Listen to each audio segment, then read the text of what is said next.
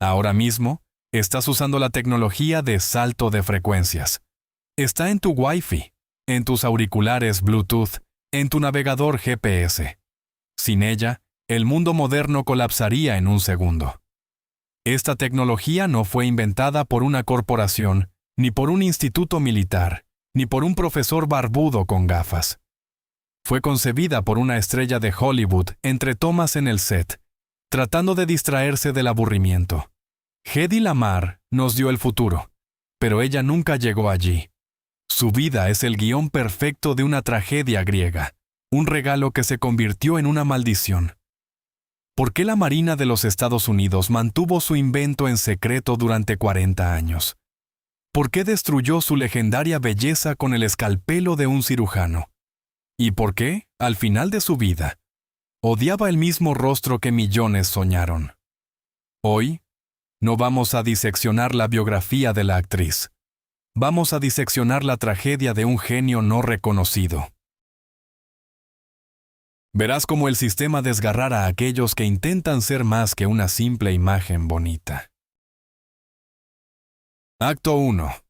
Escape del castillo del diablo. Cómo Hedy superó al Tercer Reich. La historia de Hedy Lamarr no comienza en una alfombra roja ni con destellos de cámaras en Los Ángeles. Comienza en Viena, en 1933, en una mansión lujosa que se asemeja a una fortaleza. Una chica de 19 años se sienta a la cabecera de una larga mesa de comedor. A su alrededor están los hombres más peligrosos de Europa: generales, ministros, varones de armas y el mismo Benito Mussolini. El aire está denso con humo de cigarros y el aroma de coñac caro. Los hombres discuten sobre la muerte, más precisamente, sobre la tecnología para entregar la muerte. Discuten sobre balística, los problemas de la guía de torpedos, cómo las señales de radio pueden ser interceptadas por el enemigo. Ninguno de ellos baja la voz cuando se trata de planos y frecuencias secretas. ¿Por qué? Porque miran a la dama de la casa y ven solo una muñeca de porcelana con un peinado perfecto.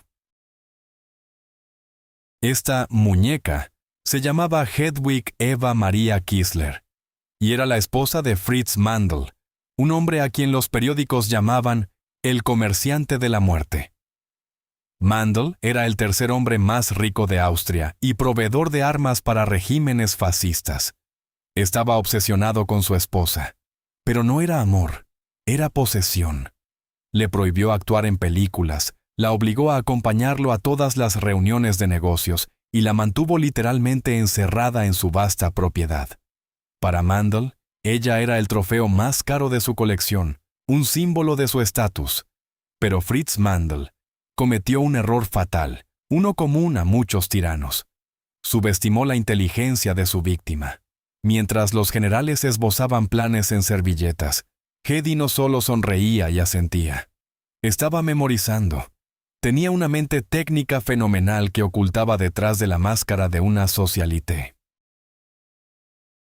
Absorbió información sobre las fallas de los sistemas de guía existentes, lo fácil que era interferir una señal de radio en una frecuencia, y lo que le faltaba a la flota alemana para tener dominio completo en el Atlántico. Se sentó allí en silencio, como una espía en territorio enemigo, acumulando conocimiento que más tarde cambiaría el curso de la historia. La vida en la jaula dorada se volvió insoportable. Mandl era patológicamente celoso. Intervenía sus llamadas telefónicas y estallaba en rabia si ella se atrevía a apartar la mirada de él.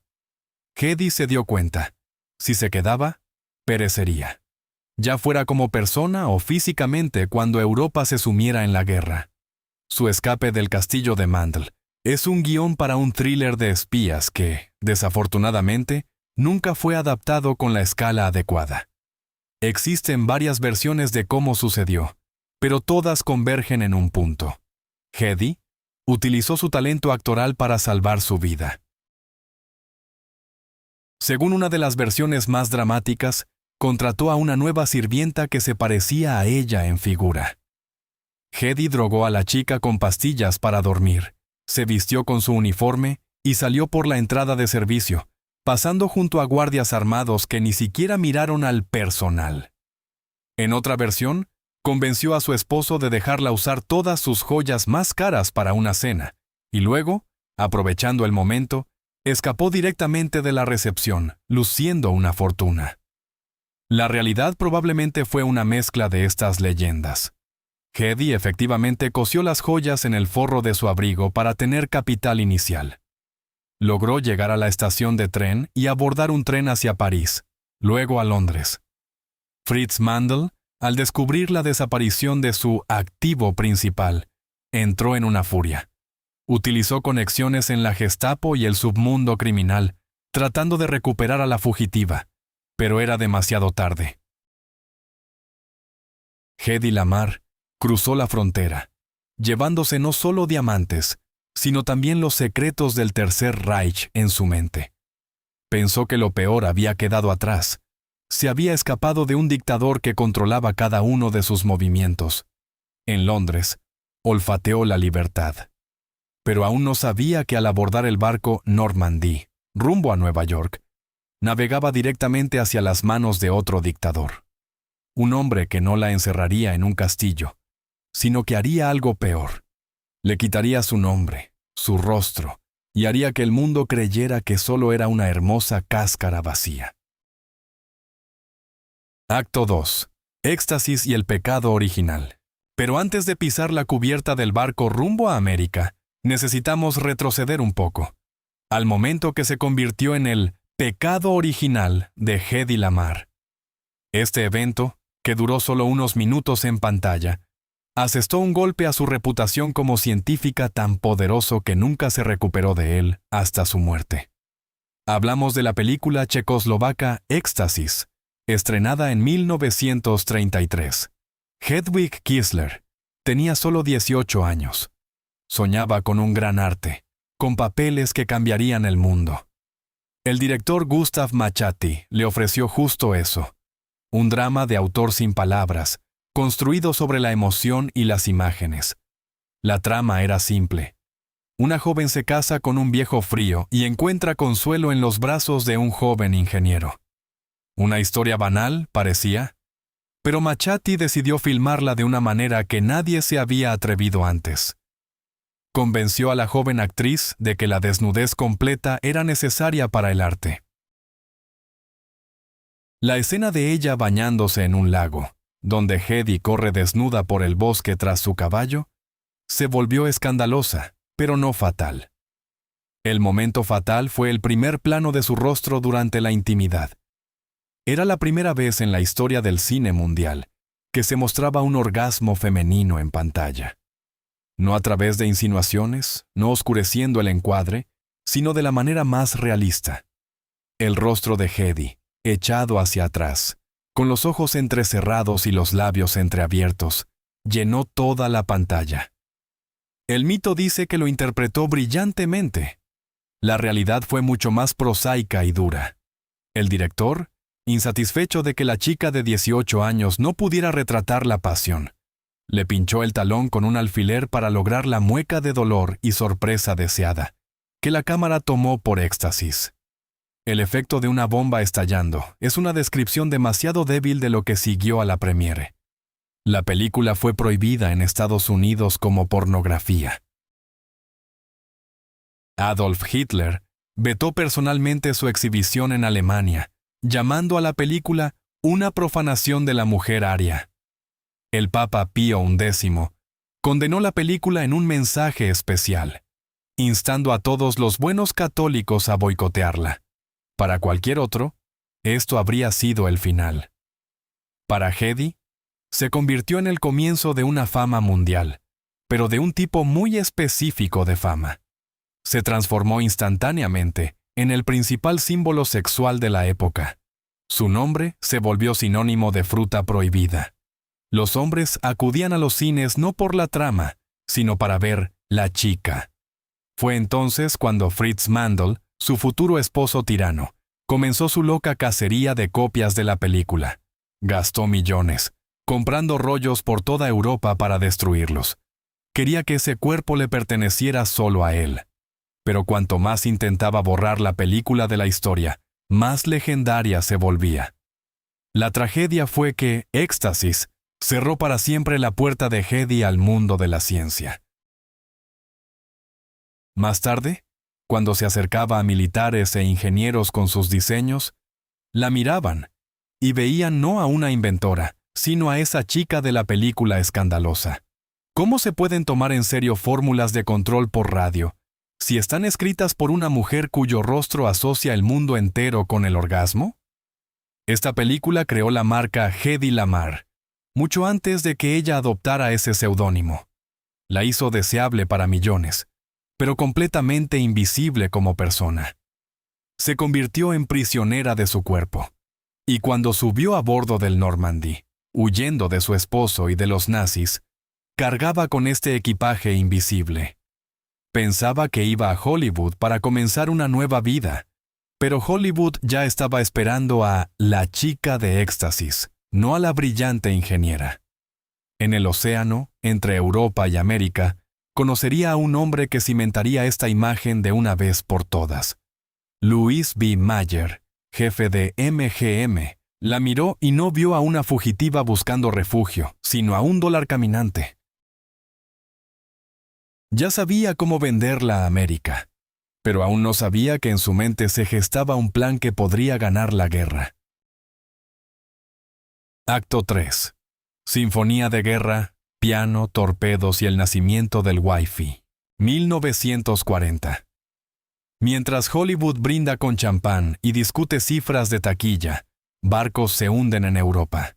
Submarinos alemanes, los manadas de lobos de la Kriegsmarine, destruyen sin piedad embarcaciones civiles donde refugiados intentan escapar. Hedy Lamarr lee sobre esto en los periódicos entre tomas, y su corazón se aprieta de horror y rabia. Odia a los nazis, y conoce su punto débil. Recuerdos de esos almuerzos con Fritz Mandl inundan su mente. Recuerda el principal problema con los torpedos controlados por radio: la interferencia. Si envías una señal a un torpedo en una frecuencia, el enemigo solo necesita encontrar esa frecuencia y ahogarla con un ruido poderoso. El torpedo pierde el control y se convierte en un pedazo de metal inútil. Era como una conversación entre dos personas en una habitación. Si una tercera persona comienza a gritar más fuerte que tú, tu compañero no te escuchará. Hedy necesitaba una idea para hacer la comunicación invisible. Y la encontró no en un laboratorio, sino en la sala de estar, junto a George Antheil. Antheil era el chico malo de la música clásica, un compositor vanguardista que escribía piezas para hélices y sirenas. Se conocieron en una fiesta, y Hedy, en lugar de coquetear, comenzó a hablarle sobre armas. Vio en él a alguien que entendía la sincronización. La idea de Hedy era brillantemente simple e increíblemente compleja para esa época. ¿Y si la frecuencia no fuera constante? ¿Y si el transmisor en el barco y el receptor en el torpedo saltaran de una frecuencia a otra, como pulgas? Imagina tocar un piano a 4 manos. Tú y tu compañero conocen la partitura. Tocas una tecla, y en el mismo instante, tu compañero toca la misma tecla al otro lado de la habitación. Si el enemigo intenta bloquear una nota, ya estás en otra. Para cuando encuentren una nueva, ya te has cambiado otra vez. Para un extraño, es caos, ruido aleatorio. Pero para ustedes dos, es una sinfonía perfecta. Ese era el principio del salto de frecuencia. Pero, ¿cómo sincronizar los mecanismos en el torpedo y en el barco en una era sin microprocesadores? La experiencia de Antheil fue útil. Usaron el principio de un piano mecánico. Dentro del torpedo había un rodillo con picos para una tarjeta perforada, girando a la misma velocidad que el rodillo en el transmisor. Se sentaron en el suelo de la sala de estar de Hedy, rodeados de partituras y diagramas esparcidos, esbozando el futuro de las telecomunicaciones. Hedy sugirió usar 88 frecuencias, exactamente el número de teclas en un piano estándar. Era su saludo sarcástico al mundo del arte, que la consideraba una tonta. Juntos, crearon el sistema de comunicación secreta. No era una teoría abstracta, Era un proyecto de ingeniería meticulosamente elaborado. El 11 de agosto de 1942, Hedy Lamarr y George Antheil recibieron la patente de Estados Unidos número 2.292.387. Piensa en ese momento. La mujer más hermosa del mundo, interpretando el papel de una seductora exótica en la película Algiers durante el día, inventando una tecnología que estaba 50 años adelantada a su tiempo por la noche. No solo tuvo una idea, desarrolló la arquitectura de un sistema que hoy sostiene toda la comunicación inalámbrica en el planeta.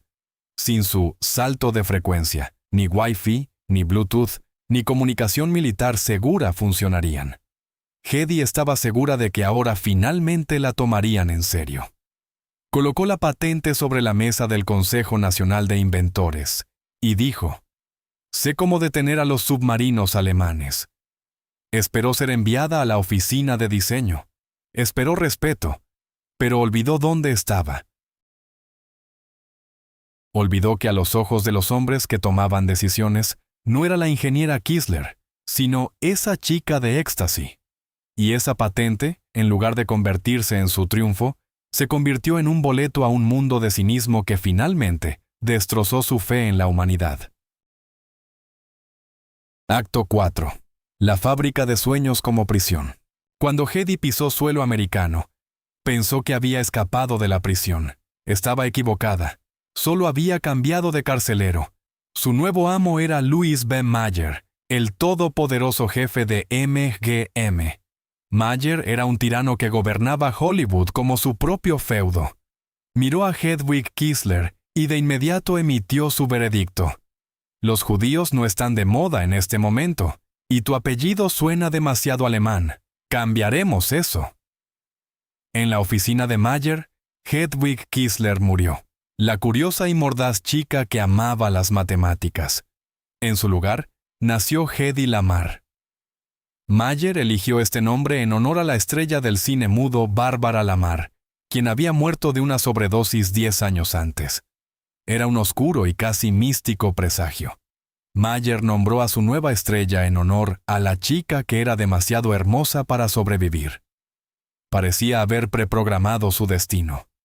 El contrato con MGM no era solo un acuerdo laboral, era un acto de venta de su alma. El estudio controlaba todo. ¿Con quién dormía Hedy? ¿Qué comía? ¿Cómo se vestía y qué decía en público? Pero la cláusula más aterradora de este contrato tácito era la prohibición de la inteligencia. Mayer le dijo una frase que se convirtió en el lema de toda su carrera y, en última instancia, en la lápida de sus ambiciones. Una mujer no necesita ser inteligente. Una mujer necesita ser hermosa. Y para ser hermosa, todo lo que tienes que hacer es quedarte quieta y lucir estúpida. Y Hedy aprendió esto a la perfección. El mundo enloqueció por su mirada misteriosa y distante. Los críticos escribieron sobre la profundidad incomprensible en sus ojos. Los hombres veían en esa mirada una promesa de dicha sobrenatural. Pero la realidad era mucho más prosaica y aterradora. Esa famosa mirada de Hedy Lamarr era la mirada de una persona muriendo de aburrimiento. Mientras el equipo preparaba las luces en el set, lo que podía tomar horas, Hedy simplemente se apagaba. Se quedaba quieta, como un costoso jarrón, permitiendo que los maquilladores retocaran su rostro y el equipo de iluminación esculpiera sombras en sus pómulos. En ese momento, su mente estaba muy lejos. Resolía ecuaciones diferenciales en su cabeza. Reconfiguraba los patrones de los semáforos de la ciudad. Pensaba en cómo mejorar la forma de un ala de avión. Su misterio era una reacción defensiva. Despreciaba los papeles que le daban. En Hollywood, durante los años 30 y 40, solo había 2 roles para una mujer de su tipo: la seductora exótica o la mujer fatal que destruía las vidas de los hombres. No se le permitía decir nada más complejo que «bésame» o «te amo». Imagina esta tortura. Tu coeficiente intelectual es más alto que el de la mayoría de los profesores, pero te ves obligada día tras día a interpretar a una salvaje semidesnuda en una película como White Cargo, donde tu único trabajo es suspirar languidamente y mover las caderas. Para no volverme loca, Hedy convirtió su tráiler en un pequeño laboratorio. Mientras otras actrices chismeaban o bebían champán durante los descansos, ella corría a su tráiler, sacaba una mesa de dibujo y manuales de ingeniería.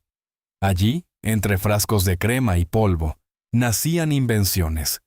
Esta era su única forma de salvarse. Inventó una pastilla efervescente que convertía el agua en cola, aunque, admitió, el sabor se parecía al de un zapato viejo. Diseñó un nuevo semáforo, añadiendo una señal amarilla. Ideó un collar luminoso para perros para que se perdieran menos en la oscuridad. Pero para Louise Mayer y todo Hollywood, esto era solo una linda excentricidad. Nadie quería verla como Thomas Edison en falda. Necesitaban a la mujer más hermosa del mundo. Y el sistema funcionaba a la perfección. Ella vendía entradas, el estudio se enriquecía, y Hedy Lamarr lentamente se asfixiaba dentro de su propia concha perfecta. Esperaba que la guerra lo cambiara todo. Que cuando el destino del mundo estuviera en juego, su cerebro importara más que su rostro. Con esta esperanza, tomó su patente para salto de frecuencia y se dirigió a Washington.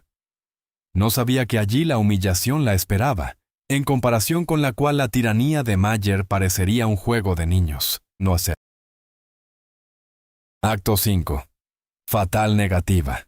El momento en que vendió su cerebro por besos fue un momento de verdad. El clímax de su lucha interna.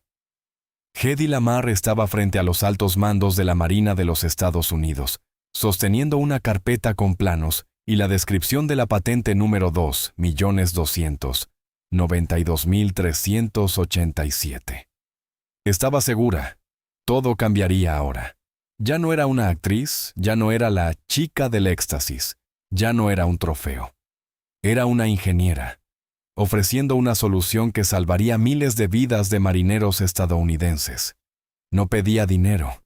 Estaba entregando la patente al gobierno de los Estados Unidos de forma gratuita. Todo lo que quería era ser útil, ser escuchada. Pero los hombres de uniforme no miraban los esquemas. Miraban sus piernas, sus labios, el escote de su vestido. Cuando comenzó a explicar el principio de sincronización de frecuencias usando cinta perforada, uno de los almirantes la interrumpió con risas. «Espere un momento, señora», dijo, secándose las lágrimas de risa. ¿Quiere meter un piano dentro de un torpedo? ¿Es en serio? Ese fue el veredicto. No la tecnología, era impecable, sino Hedy misma. La mentalidad cerrada de los oficiales militares les impidió ver la idea revolucionaria detrás de la metáfora mecánica. Ni siquiera intentaron comprender la esencia de la miniaturización del mecanismo propuesto por Antheil. Para ellos, era solo un capricho de una rubia de Hollywood. La patente fue clasificada como secreto de Estado. No porque tuvieran la intención de usarla, sino solo por si acaso. Fue metida en un largo cajón, donde permaneció durante décadas. A Hedy se le despojó del derecho a trabajar en su propia invención. Le dijeron que no era ciudadana estadounidense, aunque ya había presentado la documentación. Y por lo tanto, no tenía autorización para secretos militares. Y luego vino la oferta que finalmente le rompió la espalda. Uno de los oficiales, quizás queriendo consolar a la belleza, dijo: «Si realmente quiere ayudarnos a derrotar a Hitler, no ensucie su hermosa cabeza con cosas tan complicadas. Puede hacer algo mejor. Vaya a vender bonos de guerra. Su rostro vale más que cualquier torpedo». Era un ultimátum cínico y sexista. Su cerebro no nos sirve. Necesitamos su cuerpo. Y la parte más aterradora de esta historia es que Hedy aceptó. En lugar de cerrar la puerta de un golpe, en lugar de luchar por su invención, se rindió. La culpa por el país que la había acogido y el odio hacia los nazis eran tan fuertes que decidió: «Está bien, si solo me ven como una mercancía, Seré la mercancía más cara de la historia. Hizo una gira por el país. Fue un espectáculo humillante. Se subió a escenarios en clubes y plazas, sonrió, coqueteó y vendió besos. Cualquiera que comprara bonos por $25,000 tenía derecho a besar a Hedy Lamarr. Recaudó $25 millones para el ejército de los Estados Unidos, una suma astronómica para esos tiempos. Besó a extraños, soportó sus chistes groseros, permitió que la abrazaran. La prensa la llamó heroína. Pero por dentro, se estaba muriendo. Cada beso vendido era un clavo en el ataúd de la ingeniera Hedwig Kiesler. Confirmó el principal estereotipo sobre sí misma. Era entretenimiento, una hermosa muñeca, un objeto de deseo. Devaluó su propio intelecto, cambiándolo por los aplausos de la multitud. La Marina de los Estados Unidos no utilizó su tecnología durante la Segunda Guerra Mundial. Los torpedos continuaron desviándose, los barcos se hundieron.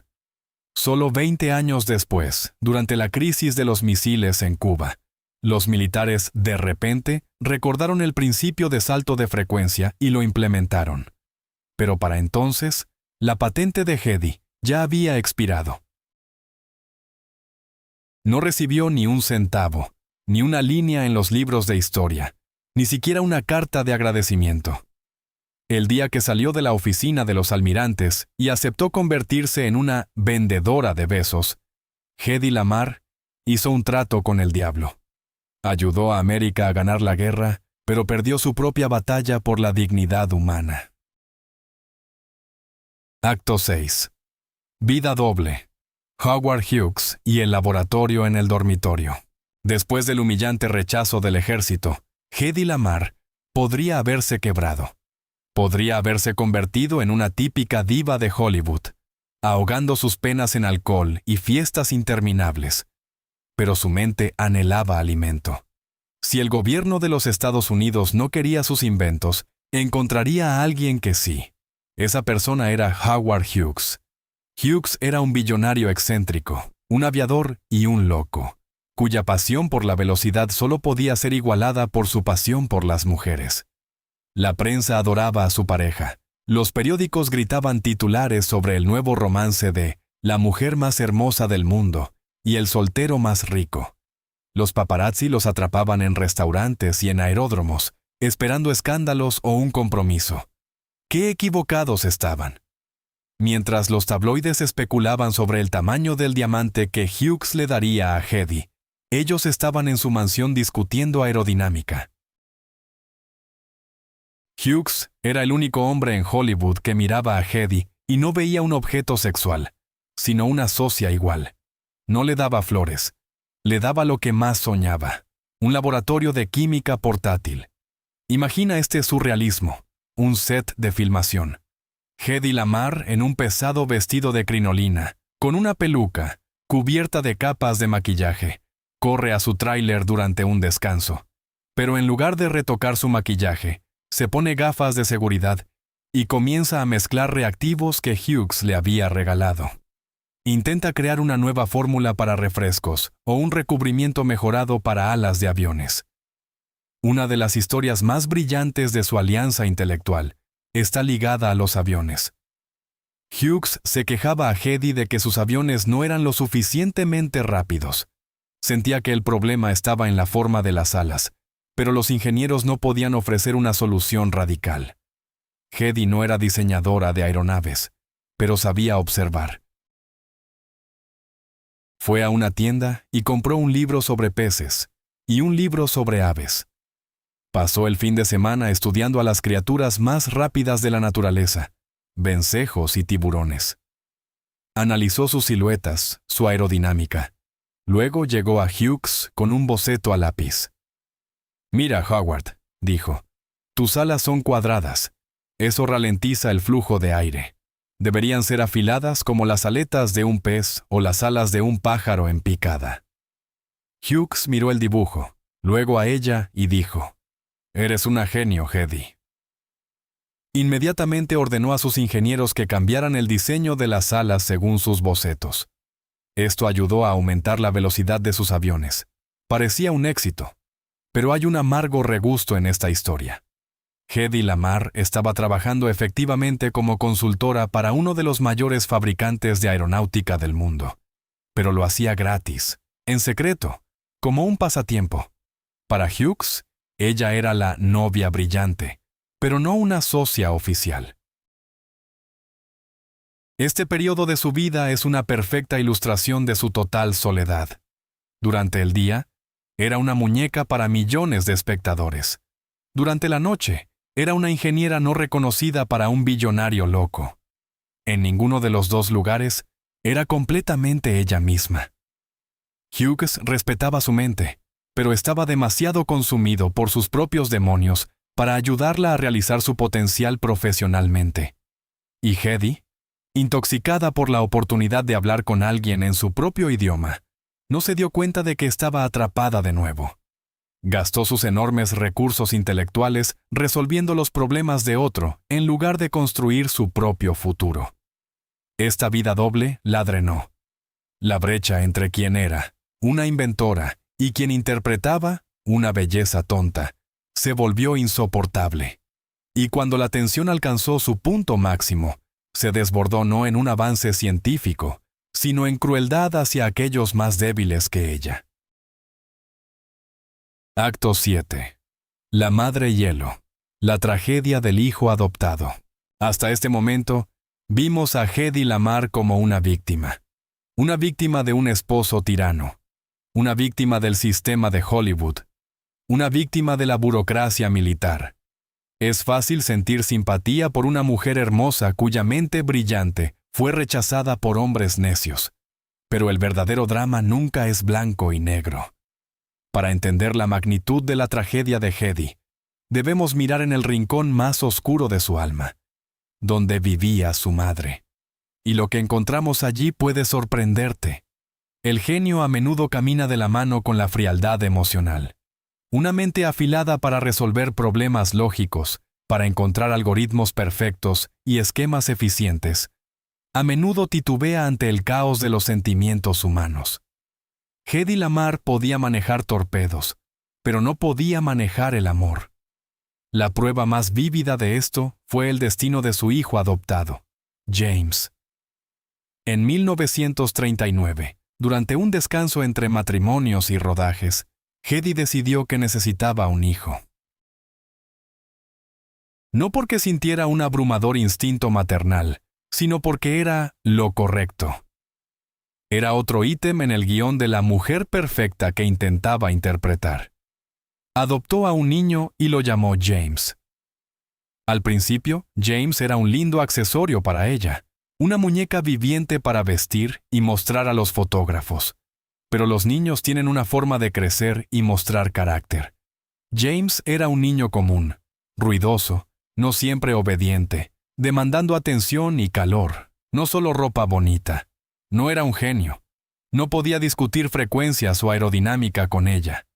Y Hedy, la gran inventora, enfrentó un mecanismo que no podía reparar ni mejorar. Su reacción fue escalofriantemente racional, como un ingeniero desechando una pieza defectuosa. Cuando James dejó de cumplir con sus expectativas, simplemente apagó sus sentimientos. Se volvió fría, distante y dura. El hogar Lamarr era un cuartel. Hedy exigía obediencia absoluta. Podía estar horas en su habitación, trabajando en inventos, ignorando los llantos del niño. Para ella, las emociones de su hijo eran solo ruido, interferencias en las ondas que interrumpían sus pensamientos. El clímax de esta tragedia helada llegó cuando efectivamente borró a James de su vida. Cuando el niño cumplió 12 años, Hedy lo envió a un internado. No se trataba de educación, era un exilio. Se deshizo del objeto inconveniente. La relación fue cortada. James creció sabiendo que su madre era una estrella global, la mujer más hermosa del mundo, amada por todos. Sin embargo, no podía encontrar una gota de amor solo para él. Más tarde, cuando Hedy tuvo a sus hijos biológicos, el abismo se hizo aún más profundo. James se convirtió en un recordatorio de su fracaso, un reproche viviente de su incapacidad para ser solo humana. Pero el golpe más cruel llegó después de su muerte. En su testamento, Hedy Lamarr detalló quién recibiría qué. Mencionó a sus hijos biológicos, amigos, e incluso a un oficial de policía que una vez la ayudó. Pero el nombre de James Lamarr estaba ausente del documento. Ni un centavo, ni una palabra, ni un adiós. Esto no fue solo una decisión financiera. Fue una aniquilación final, póstuma. Era como si dijera, no exististe en mi ecuación. La historia de James destruye el halo romántico que rodea a Hedy. Muestra que la alta inteligencia no garantiza la sabiduría del corazón. Hedy Lamarr deseaba desesperadamente que el mundo valorara su cerebro, que olvidó el valor del calor humano. Se convirtió en lo que luchó contra toda su vida. Una máquina hermosa, fría e insensible. Este es el lado oscuro del genio. La capacidad de ver la estructura del universo, pero una ceguera completa ante las lágrimas de un niño. Acto 8. El fracaso de la productora y el colapso de los matrimonios. El intento de recuperar el control. A mediados de los años 40, Hedy Lamarr estaba cansada. Cansada de papeles estúpidos. Cansada de los dictados del estudio. Cansada de hombres que la veían solo como una cosa bonita. Su mente ingeniera exigía una solución a este error sistémico. Y ella, como siempre, abordó el problema de manera radical. Si el sistema no funciona, crea el tuyo propio. Hedy Lamarr hizo lo impensable para esa época. Rompió su contrato con el todopoderoso estudio MGM y decidió convertirse en productora independiente. Imagina el contexto. Es 1946. Las mujeres en Hollywood son propiedad.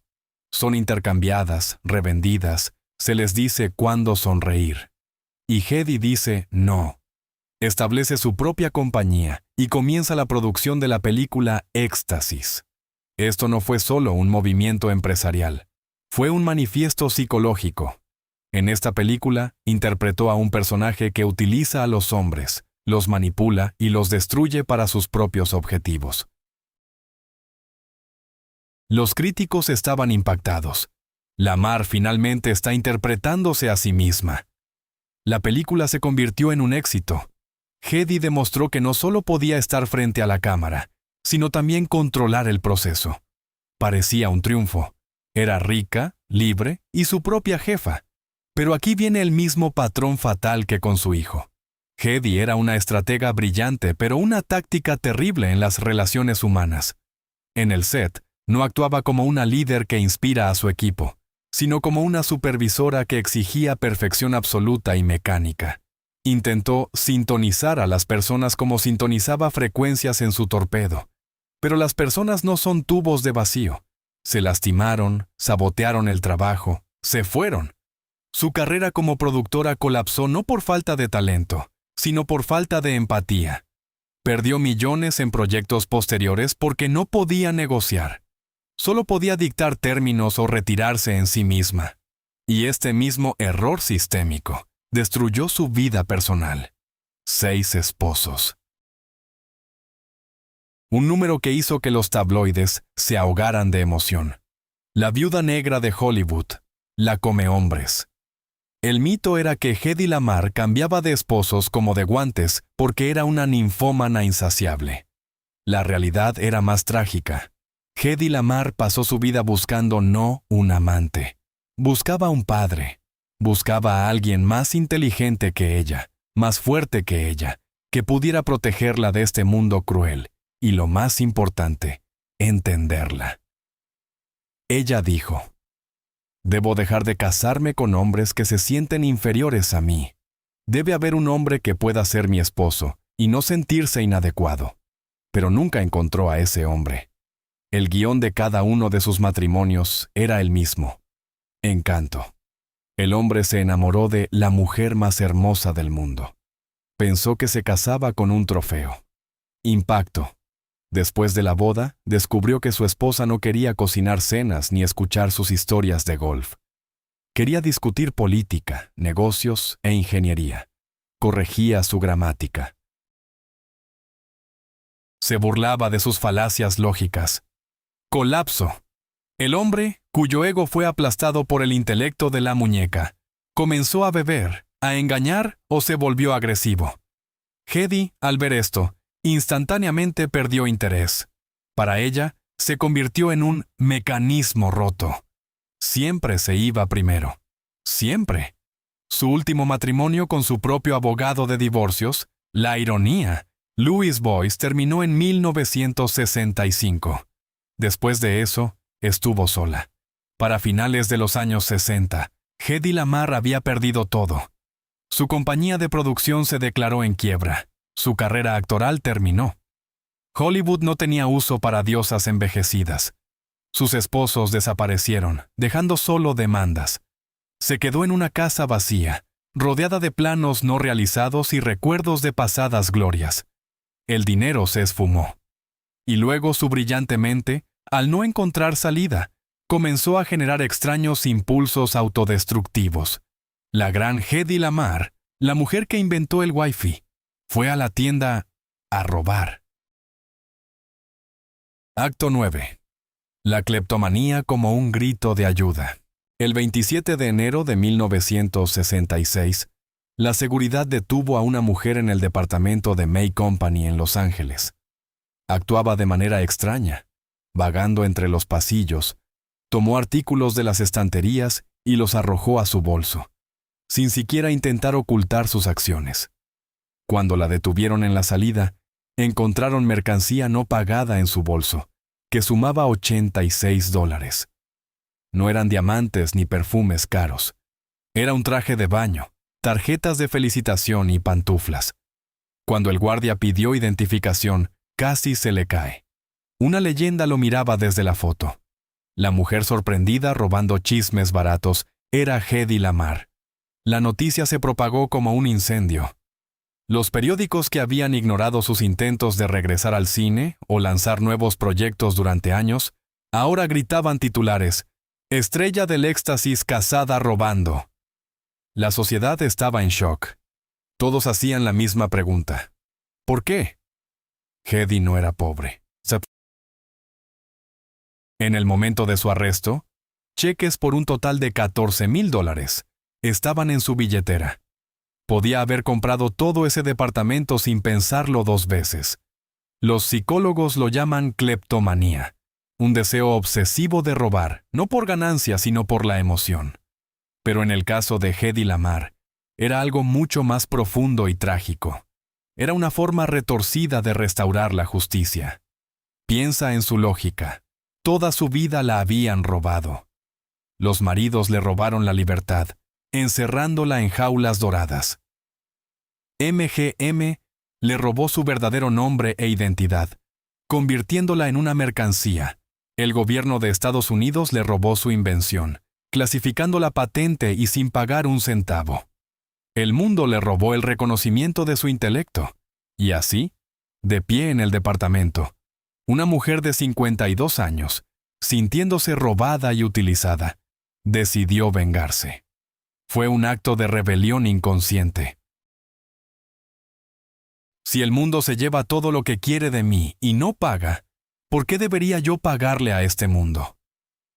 Robar le daba lo que tanto le faltaba: emociones, adrenalina, control. En el momento en que arrojó un frasco de esmalte de uñas a su bolso, se sintió viva. Estaba arriesgándolo todo de nuevo, como en 1937 cuando huyó de su esposo fascista con joyas cosidas en su abrigo. Solo que ahora, la magnitud de su riesgo era patética y humillante. El jurado la absolvió. Nadie quería enviar a una ícono de Hollywood a prisión por un traje de baño. Pero su reputación quedó destruida para siempre. Ahora, para los productores, no era solo una actriz difícil, sino una criminal inestable. Las puertas de los estudios se cerraron de golpe para siempre. Parecía que esta lección debería haberla detenido. Pero el patrón de autodestrucción ya estaba en pleno apogeo. Y en 1991, cuando Hedy tenía 78 años, La historia se repitió. Esta vez en Florida, en una farmacia. La atraparon de nuevo. La captura fue aún más patética. Laxantes y gotas para los ojos que sumaban $21. La ironía aquí alcanza la escala de una tragedia griega. La mujer que le regaló a la humanidad una tecnología valorada en $30,000 millones, el valor de mercado actual de los dispositivos Wi-Fi y Bluetooth, terminó siendo juzgada por robar laxantes por $21. Ella dio lo más valioso, su mente, gratis. Y el mundo le hizo pagar por cada pequeña cosa, por cada aliento. Después de su segundo arresto, Hedy Lamarr tomó una decisión que finalmente la separó de la realidad. Se dio cuenta de que la gente solo veía un monstruo en ella, o una belleza envejecida, o una ladrona loca. Y decidió esconderse. Pero no solo cerrar la puerta de su casa.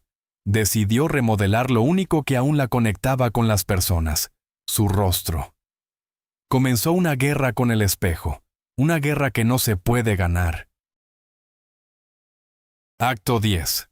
Frankenstein en el espejo. Después de arrestos humillantes y titulares sensacionalistas, Hedy Lamarr decidió desaparecer. Cerró las cortinas en su casa de Florida y dejó de salir. Pero no dejó de luchar. Ahora su enemigo no eran los nazis ni los productores de Hollywood. Su enemigo era el tiempo. Y desafortunadamente, en esta guerra, utilizó las mismas tácticas que en sus inventos. Intentó arreglar la naturaleza con ingeniería. Hedy Lamarr se convirtió en una de las primeras estrellas en convertir la cirugía plástica en una obsesión. Aquí yace la ironía más amarga de su vida. La mujer que gritó durante décadas sobre su odio a ser juzgada solo por su apariencia, gastó el resto de su fortuna y cordura, tratando de preservar esa misma apariencia. ¿Por qué? Porque en el fondo, comprendía una terrible verdad. Sin su rostro, no era nadie para el mundo. Su mente fue rechazada, su talento actoral olvidado, su cara era su única moneda, y esa moneda se estaba devaluando rápidamente. Hedy abordó su rostro como una máquina rota. No confiaba en los cirujanos, creyendo que eran incompetentes. Les dictaba dónde hacer incisiones y cómo estirar la piel. Llegaba a las consultas con planos, de su cara, indicando vectores de tensión como si fuera un fuselaje de avión, no tejido vivo. Exigía que se eliminaran todas las arrugas. Quería que su piel se estirara al límite. Buscaba una solución técnica al problema biológico del envejecimiento. El resultado fue catastrófico. La cirugía plástica en los años 60 y 70 estaba lejos de ser perfecta. Era una época de métodos rudimentarios. Pero Hedy exigía lo imposible, y los doctores, temiendo contradecir a la leyenda o queriendo lucrar, hacían lo que ella pedía. El rostro de Hedy Lamarr, el mismo rostro que inspiró a Disney a crear a Blancanieves, se convirtió en una máscara congelada. Sus ojos se volvieron anormalmente rasgados. Su boca se estiró en una eterna y espeluznante media sonrisa. Su piel se afinó hasta la transparencia. Perdió la capacidad de sonreír o fruncir el ceño normalmente. Su expresión fue destruida. Creó su propio Frankenstein. Y ese monstruo fue ella misma. Al darse cuenta de lo que había hecho, Hedy finalmente se retiró a las sombras. Se convirtió en una reclusa. Los últimos 20 años de su vida los pasó en un confinamiento voluntario. Se comunicaba con el mundo exterior solo por teléfono. El teléfono se convirtió en su única conexión con la realidad. Podía estar en línea 6 o 7 horas al día. Llamaba a sus hijos, viejos conocidos, incluso a periodistas que escribieron cosas desagradables sobre ella. Pero nunca, escuchen esto, nunca aceptó reuniones en persona. Quería permanecer en la memoria de la gente como esa joven diosa de los años 30. Entraba en pánico ante la idea de que alguien viera en lo que se había convertido. Hubo un tiempo en que su propio hijo, Anthony, vino a visitarla. No abrió la puerta. Le habló a través de la puerta cerrada de pie en el pasillo mientras él estaba en el porche. Lloró. Le dijo que lo amaba, pero no lo dejó entrar. La vergüenza era más fuerte que el amor. En esos años, vivió en un mundo de fantasías. Por teléfono, les decía a sus interlocutores que estaba escribiendo guiones, que estaba preparando nuevos inventos, que todo era maravilloso, pero era autoengaño.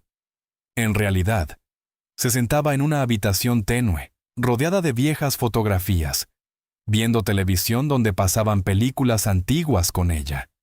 Veía en la pantalla a la joven y deslumbrante Hedy, y no podía conectar esa imagen con el reflejo en el espejo. Esta disociación, la ruptura entre imagen y realidad, se convirtió en el acto final de su colapso psicológico. Destruyó su rostro en un intento por salvarlo. Intentó detener el tiempo, pero el tiempo se vengó cruelmente, llevándose no solo la belleza, sino la dignidad. Para finales de los 90, el mundo casi la había olvidado. Para la mayoría, era solo una línea en una enciclopedia de cine, una actriz de un pasado en blanco y negro. Nadie sabía que esta anciana solitaria en Florida, escondiendo su rostro de los vecinos, era la persona sin la cual la era digital no habría llegado. Pero el destino tenía un último regalo de despedida para ella. El reconocimiento llegó, pero como todo en la vida de Hedy Lamarr, llegó demasiado tarde y con un amargo regusto. Acto 11. Confesión tardía y muerte en soledad. Eran los 90. El mundo cambiaba rápido. Las computadoras torpes se transformaron en laptops personales. Aparecieron los primeros teléfonos móviles. La palabra Internet dejó de ser un término para unos pocos elegidos y entró en los hogares. El planeta estaba envuelto en una red invisible de comunicación inalámbrica. La ironía era que cada llamada hecha en un celular, cada byte de información enviado por Wi-Fi, funcionaba gracias a un principio que una mujer esbozó en una servilleta hace 50 años. Ahora ella estaba en soledad en Florida. Hedy Lamarr tenía más de 80. Estaba casi ciega. Vivía de una modesta pensión del sindicato de actores y apenas salía de su casa. El mundo la había olvidado como actriz y como inventora. Ni siquiera la conocía. Pero una nueva era dio a luz nuevos héroes, nerds de la computación, ingenieros e historiadores de la tecnología. Excavaron en viejas patentes y se toparon con el documento número 2.292.387. El nombre del autor, Hedy Kissler Markey, sonaba familiar. Cuando emparejaron los hechos, su asombro no tuvo límites. Resultó que madre del Wi-Fi y la chica del éxtasis eran la misma persona. En 1997, la Fundación Frontera Electrónica, la organización más prestigiosa en el mundo de los derechos digitales, decidió corregir una injusticia histórica. Le otorgaron a Hedy Lamarr el premio Pionero. Era el Oscar para programadores e ingenieros. Pero Hedy no asistió a la ceremonia. No podía permitir que el mundo viera su rostro envejecido y alterado por cirugías. En su lugar, su hijo Anthony aceptó el premio. Cuando los representantes de la fundación la llamaron para informarle del honor, esperaban lágrimas de gratitud, la voz temblorosa de una anciana feliz de ser recordada. Pero Hedy Lamarr se mantuvo fiel a sí misma hasta el final. Al escuchar sobre el premio, hizo una pausa y luego pronunció una frase que se volvió legendaria por su mordaz precisión. Bueno, ya era hora. No había gratitud en esas palabras. Había amargura de una persona que había esperado esa llamada durante 55 años. No dijo, gracias. Dijo, ¿dónde estabas cuando era joven? ¿Dónde estabas cuando los almirantes se reían de mí? ¿Dónde estabas cuando vendía besos? Este reconocimiento no le trajo dinero. La patente había expirado hacía tiempo, y los miles de millones de las tecnologías de comunicación fluían a los bolsillos de las corporaciones, no de su creadora. Pero el destino tenía una última broma cruel reservada para ella. A finales de los 90, Corel decidió lanzar una nueva versión de su editor gráfico, Corel Draw 8. Para la portada de la caja y la campaña publicitaria, eligieron el rostro de Hedy Lamarr. Tomaron su fotografía de los años 30, la vectorizaron y la colocaron en el empaque. La empresa no pidió su permiso. Pensaron que el rostro de una estrella había pasado a ser de dominio público. Pero olvidaron con quién estaban tratando. Hedy Lamarr, de 84 años, ciega, enferma, viviendo en la oscuridad, presentó una demanda. Esta fue su última batalla, y estaba llena de trágica absurdidad. La mujer que había destruido su rostro con cirugías plásticas, que lo ocultaba de vecinos y familiares, luchó ferozmente por el derecho a controlar la imagen de su belleza juvenil. No estaba demandando por dinero, aunque ganó. La empresa le pagó $200,000 y acordó pagar un porcentaje de las ventas durante 5 años. Estaba demandando por la propiedad de sí misma. Toda su vida, hombres y estudios, tomaron su rostro y lo usaron a su antojo. Ahora, al borde de la muerte, dijo: «Basta. Esto es mío». Esta victoria en la corte se convirtió en su último acto público.